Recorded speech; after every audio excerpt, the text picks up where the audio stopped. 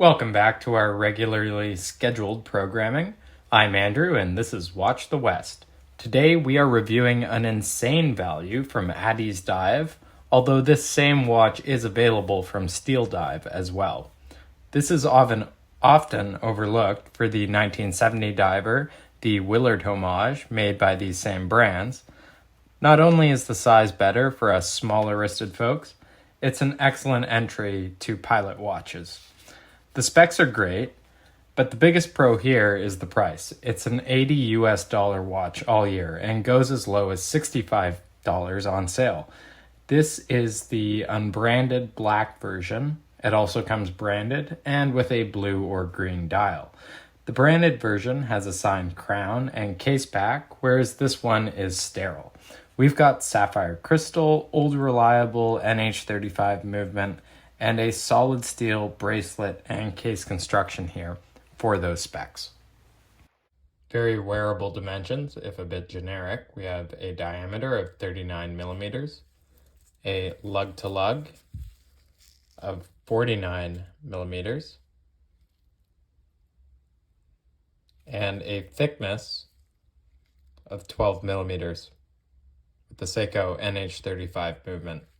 The lugs are 20 millimeters, so they're going to fit most of the straps you already have, and that tapers down to 18 millimeters at the clasp. And let's point it out. I'm going to pull it out again. We have to stop it with these press clasp guys. I mean, I'm sure we would be willing to spend a little bit more to get a milled one. And it's the same clasp. It's the same clasp up top. Just much better construction. But if you're interested, you can pick one of these up for like 10 or 15 bucks. So, we haven't done this before. Let's weigh it up.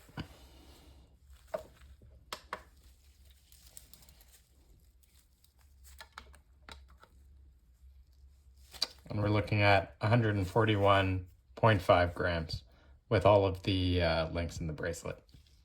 Seeing it in the metal, I suspect that the bracelet and the case have been made by different manufacturers. And here's my theory.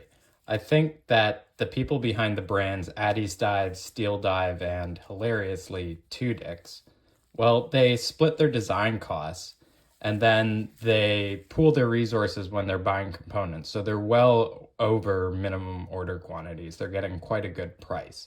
And hence, that's why we're able to get these specs at this price. But in this case, the end links have been made by the Bracelet company, and they've just been given the tolerance in the spec sheet, but the budget hasn't gone into it to make it a perfect visual match. Similar and even superior engineer bracelets are available on Ali. Here's an example for a client Seiko Sea Monster. You can see it's a bit more heavy duty, has a squared off top of the links. The links are screwed, and most importantly, the clasp is milled. In fact, this model was sold by a lot of Western strap retailers, for example, WatchGecko, before the big boom in China direct ordering kind of undercut their prices. A final tell of these manufacturing intricacies is that the brushing on the end links does not match the brushing on the lugs. So you can see on the top of the case here, it's circular, and the end links are vertical, like the bracelet. Also, when you take a close look at the brushing, you notice that it's just a bit cleaner and more finely done on the case. On the sides of the watch here, you can see it's very straight, with only the slightest imperfections towards the bottom of the lugs. And you will notice, and a lot of reviewers have mentioned this, that the polished crown really doesn't match any aspect of the watch.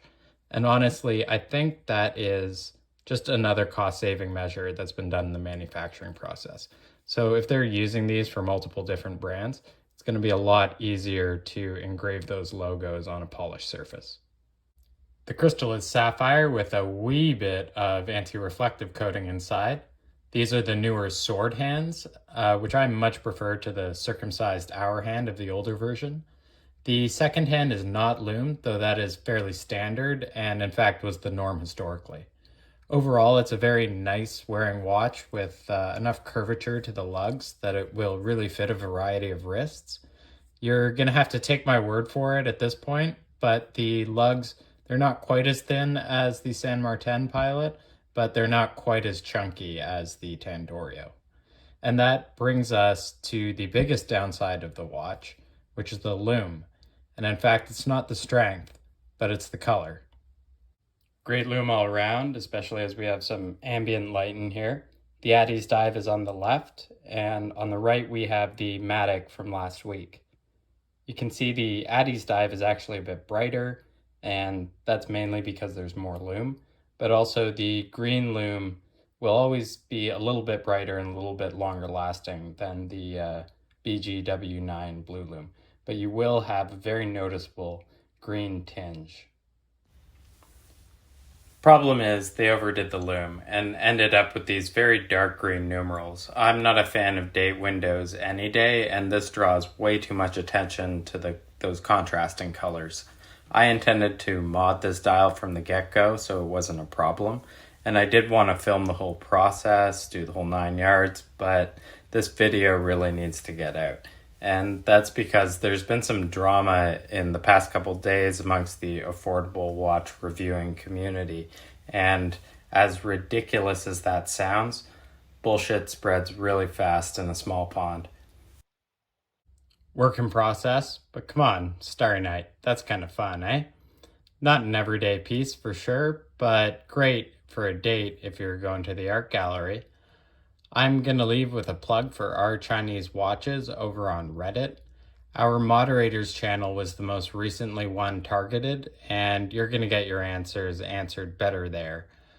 Sometimes we even talk about watches. Thanks again. This is Watch the West, and I will see you next week if I'm still around. Though my channel's so small, I'd probably take it as a compliment.